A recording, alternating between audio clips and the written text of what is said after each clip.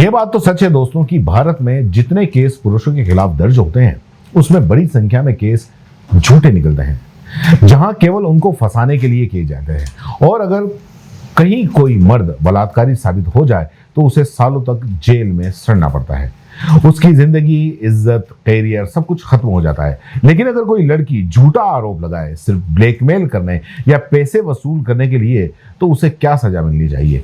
दिल्ली की एक अदालत में ऐसा ही एक केस 6 साल तक चला। जब सच्चाई सामने आई तो जज साहब ने वो कहा जिसे सुनकर हर किसी को झटका लग गया। दरअसल लड़की का नाम था तिशा और जिस लड़के पर उसने आरोप लगाया उसका नाम था संदीप। तिशा ने आरोप लगाया कि संदीप ने होटल में उसके साथ में जबरदस्ती की और पुलिस ने भी बिना देर किए संदीप को गिरफ्तार कर लिया। मीडिया ने उसे अपराधी बना दिया और समाज ने उससे नाता तोड़ लिया। संदीप की नौकरी चली गई, मां ने मुंह छुपाकर मां को रहना पड़ा और रिश्तेदारों ने पूछना तक बंद कर दिया। 2019 में लगा कि ये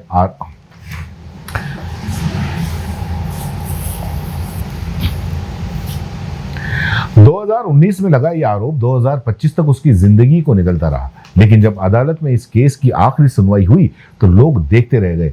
जब सच सामने आया तो जज साहब ने ऐसी सजाएं सुनाई जिसे सुनकर लोगों के पसीने छूट गए, क्योंकि यह फैसला भारत की किसी अदालत में शायद पहली बार सुनाया गया था। यह सिर्फ एक झूठे केस की नहीं बल्कि एक बेकसूर की इज्जत और हिम्मत की कहानी है।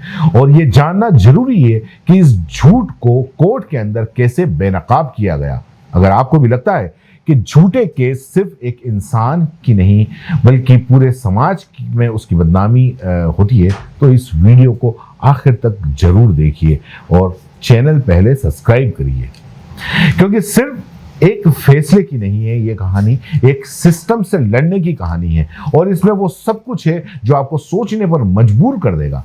दरअसल संदीप हरियाणा के सोनीपत जिले का रहने वाला था, एक सीधा साधा नौजवान जिसकी जिंदगी का बस एक ही सपना था, मेहनत करके कुछ बनना है और परिवार का सहारा बनना है। दिल्ली की एक निजी कंपनी में नौकरी करता था और धीरे धीरे वो अपनी पहचान बना रहा था। घर में माँ थी, सरल, मजबूत और खुददार माँ। पिता अब इस दुनिया के अंदर नहीं थे और गांव में छोटे भाई बहन पढ़ाई कर रहे थे। परिवार बहुत सामान्य था, न कोई दिखावा, न कोई सहारा, सिर्फ अपनी मेहनत और ईमानदारी पर भरोसा करने वाला।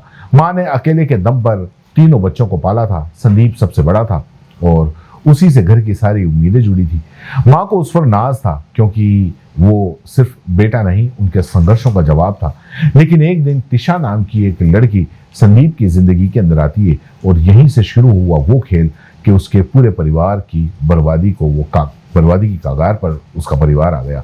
इस कहानी की शुरुआत होती है 20 नवंबर 2019 से। संदीप बताता है कि उस दिन उन्हें फेसबुक पर एक अजनबी प्रोफाइल से हाय का मैसेज आया। प्रोफाइल का नाम था तिशा राठौड़। पहले कोई जान पहचान थी नहीं, ना कभी कोई फ्रेंड रिक्वेस्ट भेजी थी और ना ही दोनों में एक दूसरे में कोई फ्रेंड लिस्ट में थे। फिर भी संदीप ने उस मैसेज का जवाब दिया। शायद उस वक्त उसने ज्यादा कुछ सोचा नहीं और बस बातचीत शुरू हो गई।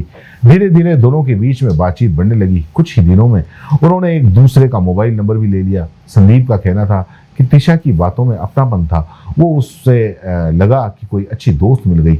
बातों का सिलसिला कुछ इस तरह से चल पड़ा कि वो फोन पर घंटों बातें करने लगे और इसी बीच एक दिन तिशा ने कहा कि वो जयपुर से दिल्ली आ रही है, उसे वहां अपने एक दोस्त से मिलना है और अगर संदीप भी फ्री हो तो दोनों मिल सकते हैं।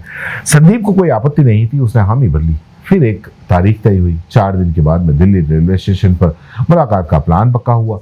वो दिन आ गया। संदीप अपने एक दोस्त को साथ लेकर आया और तय समय पर बस रेलवे स्टेशन पहुंच गया। स्टेशन पर तिशा से पहली बार आमने सामने उसकी मुलाकात होती है। संदीप के मुताबिक शुरू में सब कुछ सामान्य था, लेकिन बात करते करते उसे महसूस हुआ कि इस लड़की का व्यवहार कुछ अजीब सा है। वो बार बार अपने बारे में ऊंची ऊंची बातें कर रही थी, जैसे कि उसके बड़े अफसरों से गहरे संबंध हैं, वो जिसे चाहे फंसा सकती है और जो उसका मन हो वो करवा सकती है। संदीप को ये बातें काफी बनावटी लगी। उसे समझ नहीं आ रहा था कि ये लड़की मिल क्यों रही है और क्या चाहती है। फिर भी मेहमान को आया देखकर संदीप ने उसे अपनी गाड़ी में बिठाया और कहा कि चलो थोड़ा घूमते हैं। फिर तुम्हें वापस स्टेशन पर बैठा दूंगा। लेकिन गाड़ी में बैठते ही लड़की का लहजा अचानक बदलने लगा। अब वो ज्यादा तेज आवाज के अंदर बात करने लगी, बार बार यही कह रही थी कि अगर तुम्हें किसी को सबक सिखाना हो तो बताओ, मैं सब कुछ संभाल लूंगी। संदीप को अब ये सब कुछ काफी अजीब लगने लगा। उसने त्रिशा से पूछा कि आप क्या कहना चाहती हो, लेकिन त्रिशा ने कुछ जवाब नहीं दिया। वो एकदम सी रुखी हो गई कि कहा कि मुझे अभी स्टेशन वापस ले चलो। संदीप ने दोबारा पूछने की कोशिश की कि आखिर क्या बात है, लेकिन त्रिशा ने किसी भी सवाल का जवाब नहीं दिया, बल्कि उल्टा सख्त लहजे में कहा कि ज्यादा कुछ पूछो मत, बस वापस मुझे ले चलो। संदीप को अब महसूस हो रहा था कि कुछ तो गलत है। उसने सोचा बात बढ़ाने से अच्छा है कि जो वो कह रही है वही कर दिया जाए, लेकिन उससे बिना कुछ कहे चुपचाप गाड़ी मोड़ी और त्रिशा को स्टेशन वापस ले आया। अब उसे क्या पता था कि जो लड़की कुछ मिनट पहले तक उसे साथ गाड़ी में घूम रही थी, वही अब उसके खिलाफ ऐसी स्क्रिप्ट लिखने वाली है जो उसकी पूरी जिंदगी पलट देगी। संदीप त्रिशा को स्टेशन छोड़ देता है, लेकिन वहां पहुंचने के बाद में लड़की का एक नया रूप अपना दिखाती है। वो कहती है कि मुझे वापस जाना है, मेरी ट्रेन की टिकट करवा दो। संदीप पहले तो सोच नहीं पाता कि ये क्या चल रहा है, लेकिन जब सारी जानकारी निकालता है तो पता चलता है कि लड़की की ट्रेन अगले दिन है, यानी अब उसे रात रुकना पड़ेगा। अब सवाल था ठहराने का, इंतजाम आखिर कहाँ किया जाए। तो संदीप उसके कहने पर उसे अपनी गाड़ी में वापस बैठाता है और एक होटल की तलाश करता है। आखिरकार एक होटल में जाकर उसे रुकवाया जाता है और यहीं पर त्रिशा एक और हरकत करती है। वो संदीप का फोन अपने पास में रख लेती है। संदीप साफ कहता है कि कई बार उसे कहता है कि अपना वो फोन मांगता है, लेकिन वो टालती रहती है और फिर साफ इनकार कर देती है कि वो फोन मुझे वापस नहीं देगी। संदीप को कुछ समझ में नहीं आता। वो सोचता है कि लड़की अनजान शहर में शायद असहज महसूस कर रही होगी, इसलिए वो ज्यादा जिद नहीं करता। अगले दिन जब लड़की को अपनी ट्रेन पकड़नी थी, संदीप फिर उसे स्टेशन ले जाता है, लेकिन ठीक उस वक्त जब ट्रेन प्लेटफॉर्म पर आ चुकी थी, लड़की गाड़ी की तरफ ना रुककर अचानक टीटी के पास में चली जाती है और फिर वहां पर ऐसा ड्रामा शुरू होता है जिसने संदीप की पूरी जिंदगी उलट कर रख दी। त्रिशा जोर जोर से रोने लगती है, बाल बिखेर लेती है और लोगों की भीड़ के बीच में इशारा करते हुए चिल्लाने लगती है कि इस लड़के ने मेरा रेप किया है, इसने मेरी जिंदगी बर्बाद कर दी है। एक पल के लिए तो संदीप को समझ नहीं आता कि क्या हुआ। वो कुछ बोल भी नहीं पाता और वहाँ खड़े लोग जो है उसे घूरने लगते हैं। भीड़ धीरे धीरे इकट्ठा होने लगती है और संदीप को ऐसा देखा जाने लगता है जैसे कोई भयानक जुर्म कर दिया हो। इसी बीच लड़की बार बार फोन निकालती है, कर पुलिस को कॉल करती है और हर बार यही चिल्लाती है कि इस लड़के ने मेरे साथ मेरा रेप किया है। फिर कुछ ही देर में रेलवे पुलिस वहां पर पहुंच जाती है। लड़की जैसे ही बयान देती है, पुलिस बिना कुछ सोचे समझे संदीप का हाथ पकड़ती है और उसे सीधा स्टेशन से थाने ले जाया जाता है। संदीप बार बार एक ही बात कहता है, सर मेरा फोन भी मेरे पास में नहीं है, कम से कम मुझे अपने घर पर एक बार फोन करने दीजिए। आपने लड़की के कहने पर मुझे पकड़ लिया, पर मेरे घर वालों को तो बता दीजिए कि मैं कहाँ हूँ। काफी मिन्नतों के बाद में पुलिस वाले लड़की से उसका फोन लेते हैं और संदीप के घर वालों से बात कराते हैं। यही संदीप की माँ को पहली बार पता चलता है कि उनका बेटा रेप जैसे संगीन आरोप में अरेस्ट हो गया है। माँ का दिल बैठ जाता है। उन्हें कुछ समझ नहीं आता कि कहाँ फोन की उम्मीद कर रही थी और कहाँ ये खबर मिली। बेटा जेल में है। वो थाने जाती है, लेकिन रेप का मामला होने के कारण पुलिस उन्हें मिलने से मना कर देती है। अब वो बस बाहर खड़ी रह जाती है, आंखों में आंसू, मन में डर और दिल में एक ही सवाल, कहीं मेरा बेटा सच में कुछ गलत तो नहीं कर रहा। लेकिन मामला यही नहीं थमता। संदीप की गिरफ्तारी के कुछ दिन के बाद में वही लड़की त्रिशा सीधे संदीप के गांव पहुंच जाती है। उसकी माँ से मिलती है और कहती है कि माँ जी, ऐसे बहुत केस हैंडल किए हैं, अगर आप चाहें तो आपका बेटा बड़ी आसानी से छूट सकता है, बस 5 से 7 लाख का इंतजाम कर दीजिए। माँ को यह सुनकर कुछ समझ में नहीं आता।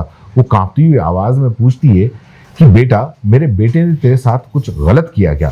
क्या तू सच में पीड़ित है? लेकिन त्रिशा भावनाओं में नहीं पड़ती और कहती है, माँ जी मुझसे ज्यादा सवाल मत कीजिए, आप सिर्फ पैसों का इंतजाम कीजिए, दिल्ली पुलिस को मैं खुद मैनेज कर लूंगी। उसे शायद अंदाजा नहीं था कि उस वक्त वहां संदीप का एक दोस्त भी मौजूद था। वो शांत बैठा रहा, लेकिन पूरा संवाद चुपचाप रिकॉर्ड करता रहा और यहीं से मामला धीरे धीरे पलटने लगता है। संदीप ने जेल में रहते हुए एक अपील दाखिल की। उसे कहा कि उसकी माँ बीमार है और उसे कुछ समय के लिए घर जाने की इजाजत दी जाए। कई कोशिशों के बाद में उसे बेल मिल जाती है और कुछ दिनों के बाद में जेल से वो बाहर आता है। बेल मिलने के बाद में जब संदीप घर लौटने लगा तो जिसे गांव में गया, लेकिन लोग बदल चुके थे। जो पड़ोसी उसके साथ पहले बैठकर चाय पीते थे, अब उसके सामने आने से कतराते हैं। लेकिन आंखों में अजीब सा डर, शायद नफरत थी, मानो अब वो उन्हें गुनहगार दिखने लगा हो। घर की हालत पहले से खराब हो चुकी थी, नौकरी छिन चुकी थी, बचत खत्म हो गई थी और रसोई में राशन भी गिन गिन कर चल रहा था। गांव के लोगों ने भी मुंह मोड़ लिया था। अब लोग उसे उसी नजर से देखने लगे थे जिस नजर से किसी रेपिस्ट को देखा जाता है। सच को साबित करने के लिए सिर्फ मन की सच्चाई नहीं, कागज और सबूत भी चाहिए। और इसी दौरान एक उम्मीद की किरण मिलती है। वो वीडियो जो उसके दोस्त ने चुपचाप रिकॉर्ड किया था, जहां लड़की घर आकर पैसे मांग रही थी और कह रही थी कि पैसे दे दो, मैं दिल्ली पुलिस को मैनेज कर लूंगी। तो वो वीडियो अब संदीप के पास में था। लेकिन एक और बात होती है जिसने पूरे मामले को पलट कर रख दिया। संदीप गांव के सरपंच से मिलने गया। वो थका हुआ था, टूटा हुआ था, लेकिन मन में अब भी एक उम्मीद थी।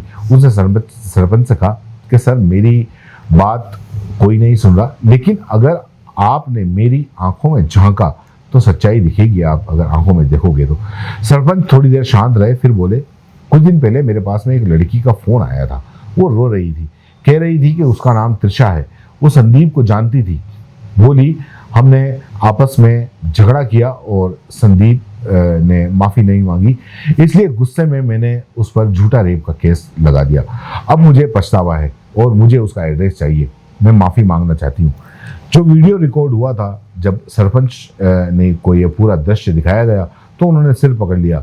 उन्होंने कहा कि अब समझ में आया कि वो माफी नहीं मांग रही थी, वो बस अगली चाल जो अपनी बिसात थी वो बिछा रही थी।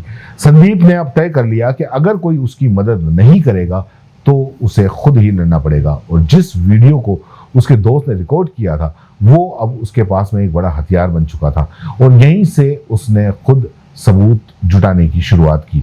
सबसे पहले उसने त्रिशा का असली जो पहचान थी वो खंगाली।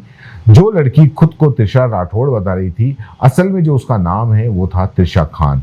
इंस्टाग्राम पर उसके 7 फर्जी अकाउंट निकले। हर प्रोफाइल में उसके पिता का नाम अलग अलग था, कहीं जहांगीर खान तो कहीं रजनीश सिंह राठौड़। संदीप को समझ में आ गया कि ये सिर्फ झूठ नहीं बल्कि एक पूरा खेल है, पहचान छुपाने का और लड़कों को फंसाने का। जो काम पुलिस को करना था वो अब संदीप और उसके वकील कर रहे थे। डॉक्यूमेंट, सोशल मीडिया डिटेल, पूरे केस रिकॉर्ड, एक एक करके सबूत इकट्ठा हो रहे थे और लड़की की सच्चाई उजागर होती जा रही थी। इसी बीच कोर्ट में त्रिशा को बार बार बुलाया गया, लेकिन वो हर बार कोई ना कोई बहाना बनाकर टालती रही। उसे भरोसा था कि आखिरकार लड़के वाले थक जाएंगे और उसे चुप करवाने के लिए कोई ना कोई रकम दे ही देंगे। लेकिन संदीप के पास में देने के लिए पैसे नहीं थे, बस सबूत थे। तभी एक और चौंकाने वाली जानकारी सामने आती है।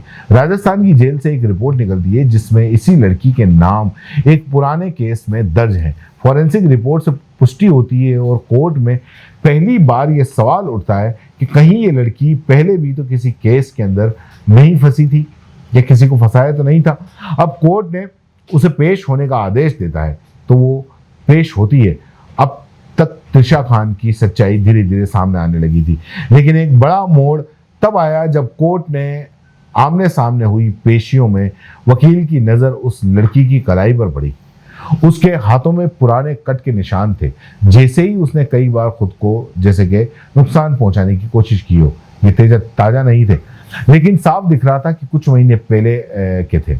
वकील और संदीप को शक हुआ और पुलिस से उम्मीद करना बेकार था, इसलिए उन्होंने आरटीआई यानी कि सूचना का अधिकार कानून के तहत एक आवेदन डाला। वहीं से खुली इस लड़की की असली कुंडली। आरटीआई के जवाब में उन्होंने एक पुलिस प्रेस रिलीज मिली जिसमें साफ साफ लिखा था कि राह चलते लोगों से लिफ्ट लेकर छेड़छाड़ और झूठे केस में फंसाकर ठगी करने वाली महिला गिरफ्तार। ये लाइन पढ़ते ही संदीप और उसके वकील समझ गए कि अब सच को सामने लाने का वक्त आ गया है। प्रेस रिलीज के साथ एक चार्जशीट भी थी जिसमें लिखा था कि जयपुर में इस महिला ने 10 से ज्यादा झूठे रेप और 3 छेड़छाड़ के केस दर्ज करवाए हैं। कुछ केस में आरोपी बरी हो चुके हैं, बाकी में भी चालान महिला के खिलाफ था। इस एक डॉक्यूमेंट ने त्रिशा की असल पहचान सामने लाकर रख दी। वो सिर्फ झूठ बोलने वाली नहीं बल्कि आदतन अपराधी थी। और सबसे चौंकाने वाली बात यह कि आरटीआई के जरिए पहली बार कानूनी रूप से स्पष्ट हुआ कि लड़की का असली नाम त्रिशा खान था और जबकि वो फेसबुक पर त्रिशा राठौड़ बनकर संदीप से मिली थी। और अब केस सिर्फ एक झूठे आरोप का नहीं रह गया, यह आदतन अपराधी के खिलाफ इंसाफ की लड़ाई बन चुका था। अब सवाल सिर्फ झूठ का नहीं था, सवाल ये था कि क्या कानून इस बार झूठ के आगे झुक जाएगा या लड़ाई जीत जाएगी। 28 मार्च 2024 की तारीख थी और 30 हजारी कोर्ट में जब त्रिशा खान कटघरे में खड़ी थी तो उसका सामना ऐसे सवालों से हुआ जिसका जवाब देने के वक्त उसके चेहरे का रंग बदलने लगा। वकील ने पूछा, क्या आपने कभी किसी के खिलाफ रेप का केस दर्ज किया है? और बिना किसी हिचकिचाहट के त्रिशा ने जवाब दिया, हाँ, मैंने पहले भी 3 अलग अलग लोगों पर रेप के आरोप लगाए हैं। और इसके बाद में लड़की ने आंखें चुराकर जवाब दिया, हाँ, मैंने पंजाब राजस्थान की जेल में रह चुकी हूँ। और इस जवाब के बाद कोर्ट में बैठे लोगों को यह समझने में देर नहीं लगी कि यह मामला किसी साधारण आरोप प्रत्यारोप का नहीं बल्कि सुनियोजित साजिश है। फिर वकील ने दरियागंज थाने की पुरानी एफआईआर दिखाई जिसका नंबर था 489151। जब उससे पूछा गया कि क्या ये वही है, वही केस है जिसमें आपने शिकायत की थी, कि तो त्रिशा ने हामी भरते हुए कहा कि हाँ, ये वही केस है, मैंने ही शिकायत की थी। और जब मामला में सवाल आया कि उस केस में आरोपी बरी हो गया तो लड़की ने कंधे उचकाते हुए कहा कि मुझे नहीं पता, शायद हो गया हो, वैसे भी मुझे इससे क्या लेना देना। एक पल को कोर्ट की हवा थम गई। कटघरे में खड़ी वो लड़की जिसे कानून का सहारा मिला था, अब वो कानून को इस्तेमाल करके दूसरों की जिंदगी तबाह करने का कबूलनामा कर रही थी। वकील ने कोर्ट के सामने आरटीआई और प्रेस रिलीज से भरे सारे दस्तावेज रखे जिसमें साफ लिखा था कि इस लड़की ने राजस्थान में 10 से ज्यादा फर्जी रेप केस और 3 छेड़छाड़ के मुकदमे दर्ज करवाए हैं और उसमें से कई केसों में आरोपी निर्दोष साबित हो चुके हैं। इतने सारे पुख्ता सबूतों के बाद भी त्रिशा खान ने भरे कोर्ट में अपना गुनाह कबूल कर लिया। उसने कहा कि हाँ, ये सारे झूठे केस मैंने ही किए हैं। मुझे लगा कि इससे आसान पैसा कमाने का और कोई तरीका हो नहीं सकता, क्योंकि हमारी कानून व्यवस्था ऐसी है कि इल्जाम लगाइए और बाकी काम सब के सब पूरा के पूरा सिस्टम खुद ही कर देता है। उसने ये भी कहा कि मैंने रोकर झूठ बोलकर परिवारों को झांसे में लेने की कोशिश की ताकि मोटी रकम वसूल सकूं, लेकिन जब किसी ने पैसे नहीं दिए और सबूत मेरे खिलाफ आने लगे तो लगने लगा कि अब बचना मुश्किल है। और तब जज साहब ने जो कहा शायद भारतीय न्याय व्यवस्था के इतिहास में पहली बार बोला होगा। उन्होंने साफ कहा कि अगर एक झूठे आरोप में किसी पुरुष की पूरी जिंदगी नष्ट हो सकती है तो झूठ बोलने वाली महिला को भी वैसा ही सजा मिलनी चाहिए। अगर उसने 5 लड़कों पर झूठे केस के आरोप लगाए हैं तो उन 5 मामलों की सजा भी उसे अलग अलग मिलनी चाहिए। इन आदेश के बाद कोर्ट ने त्रिशा को न्यायिक हिरासत के अंदर भेज दिया। तो दरअसल ये कहानी में साबित किया कि जब सिस्टम खामोश हो जाए तब एक अकेला इंसान भी पूरी सिस्टम को झकझोर सकता है। और अगर उसके पास में हिम्मत है और सच्चाई का साथ है तो फिर दुनिया देर से सुने, लेकिन जब सच बोलता है तो अदालतें भी झुकती हैं और समाज भी। ये जीत सिर्फ संदीप की नहीं थी, ये हर उस इंसान की थी जिसने झूठ के आगे सिर झुकाने से इनकार कर दिया।